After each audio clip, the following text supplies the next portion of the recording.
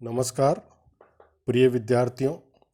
व्यावसायिक सांख्यिकी की अंतर्गणन और बाह्य गणन विधि के विभिन्न वीडियो की श्रृंखला में ही आज का यह वीडियो है। प्रिय विद्यार्थियों, पिछले वीडियो में आपने अंतर्गणन और बाह्य गणन की द्विपद विस्तार विधि से संबंधित जो प्रश्न हैं वो सोल्व किए थे हमने, जिनके अध्ययन किया था हमें। तो ये द्विपद विस्तार विधि जो है वह सबसे सरल है।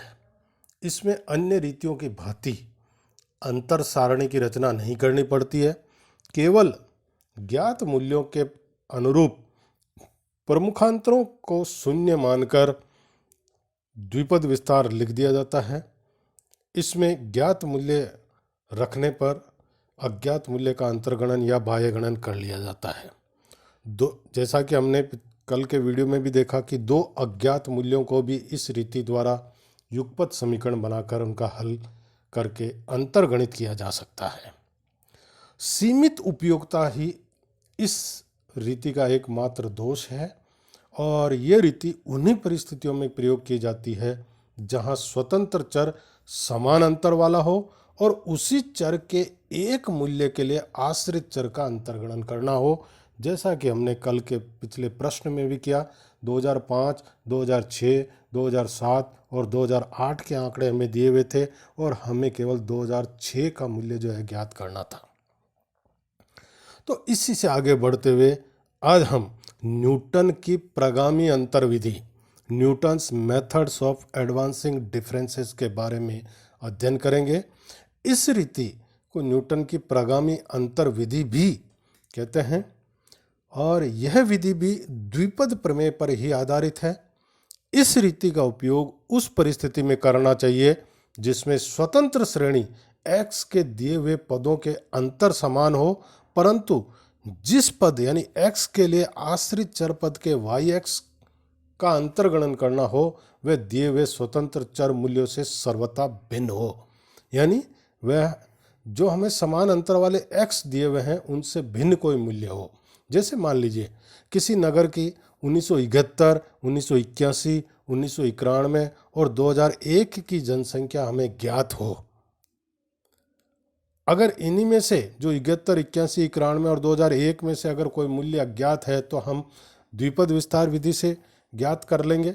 लेकिन अगर हमें इन सब के मूल्य ज्ञात हैं और हमसे मान लीजिए बीच का कोई मूल्य, जैसे 1988 का मूल्य, 1995 का मूल्य, 1975 का मूल्य या 1976 का मूल्य या किसी वर्ष का अगर मूल्य पूछा जाता है, जनसंख्या का अंतर्गणन करना हो, तो हमें न्यूटन की विधि ही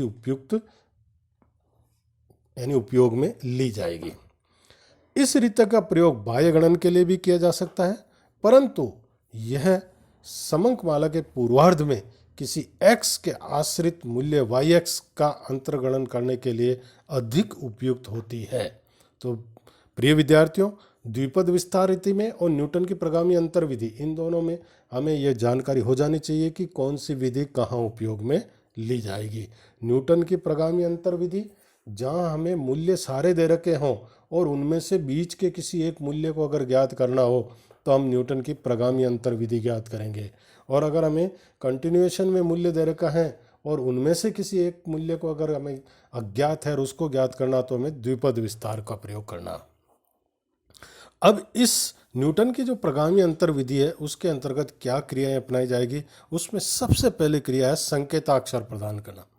कि स्वतंत्र चर मूल्यों को, जो इंडिपेंडेंट वेरिएबल्स हमारे पास हैं, उनको हम x0, x1, x2, x3, x4 आदि संकेतों द्वारा और उन पर जो आश्रित ज्ञात मूल्य हैं उनको हम y0, y1, y2, y3 चिन्हों द्वारा जो है व्यक्त किया जाता है।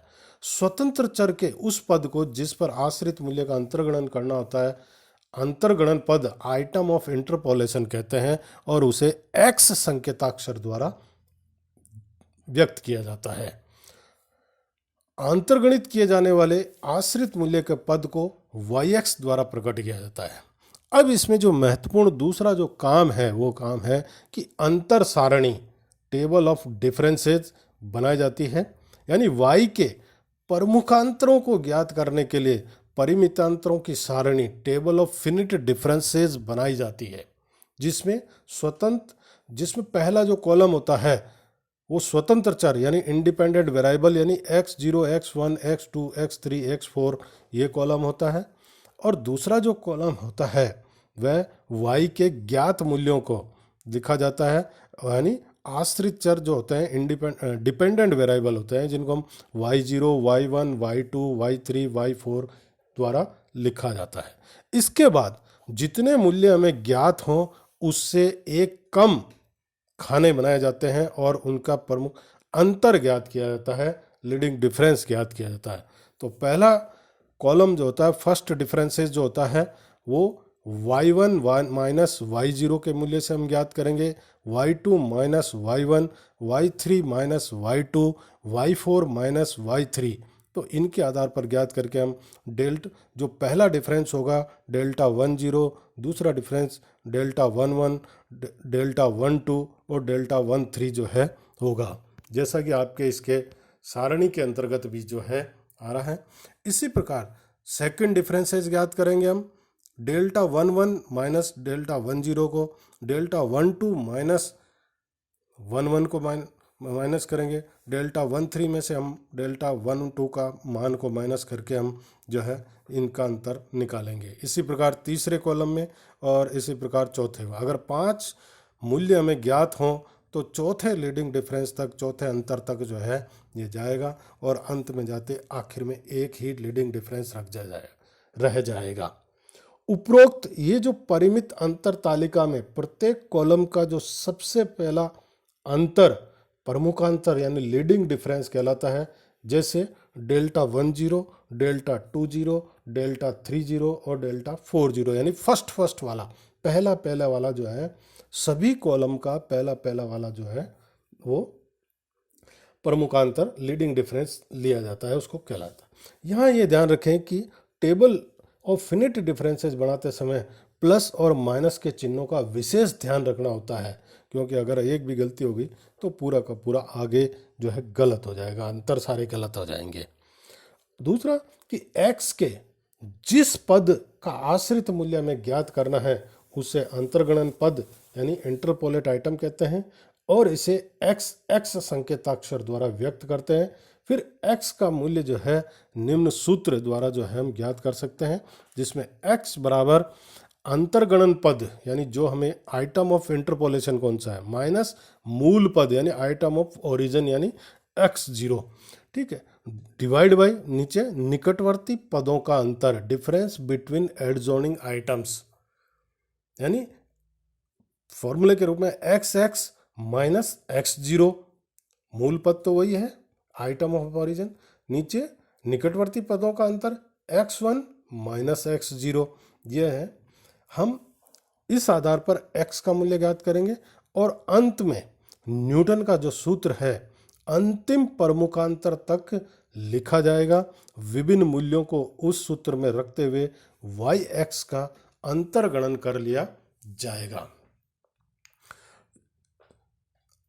इसमें ज्ञात मूल्य जितने होंगे तो न्यूटन का जो सूत्र है वो उससे एक कम प्रमुखांतर तक लिखा जाएगा, यानी अगर ज्ञात मूल्य की संख्या अगर 5 है तो न्यूटन का जो सूत्र है वो चौथा प्रमुखांतर यानी फोर्थ लीडिंग डिफरेंस तक लिखा जाएगा, यानी डेल्टा 40 तक लिखा जाएगा, ठीक है।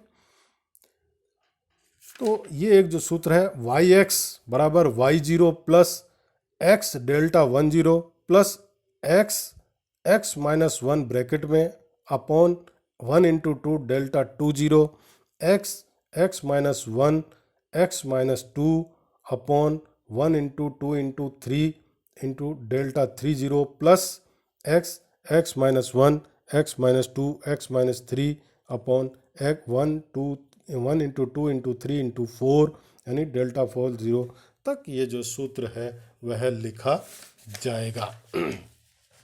सूत्र बनाना बहुत ही आसान है, जितने हमें मूल्य ज्ञात हैं उससे एक कम तक जो है प्रमुखांतर तक जो है हमें ये सूत्र लिखना होता है। पहला x y0 का मान होता है, दूसरा एक्स डेल्टा 10/2, फिर एक्स माइनस 1 दूसरा पद होता है इसलिए डेल्टा 2 एक्स माइनस 1 x-2/1 × 2 × 3 तीसरा पद into delta 3 x minus 1 x-2 x-3/1 × 2 × 3 × 4 delta 4 जो है जहाँ तक लिखा जाता है। तो सूत्र आसान है, अगर हम इसको बनाएंगे एक बार तो आसानी से बना सकते हैं। इसे न्यूटन का ग्रेगोरी सूत्र, न्यूटन्स ग्रेगोरी फॉर्मूला भी कहते हैं। अगर आवर्ती वितरण में अंतर्गणन करना हो तो आवर्ती श्रेणी के हमें न्यूटन की प्रगामी अंतर रीति द्वारा अंतर्गणन करने से पहले साधारण आवर्तियों को हमें संचय आवर्तियां यानी CF क्यूमुलेटिव फ्रीक्वेंसी में बदल लेना आवश्यक है। वर्गांतरों की अपर सीमाओं को x तथा संचय आवर्तियों को y मान करके अंतर्गणन करना चाहिए, बाकी शेष प्रक्रिया जो है यथावत रहेगी। जब उपलब्ध समंकों में से असामान्य मूल्य हो, इसमें इसी वीडियो में आगे लास्ट में आपको एक प्रश्न भी दिया जाएगा जिसमें असामान्य मूल्य हो, तो उसमें सर्वप्रथम हम द्विपद विस्तार रीति द्वारा उस असामान्य मूल्य का अंतर्गणन करके सामान्य मूल्य ज्ञात कर लेंगे हम। फिर न्यूटन की प्रगामी अंतर रीति का प्रयोग करके हम उस मूल्य का ज्ञात कर सकते हैं।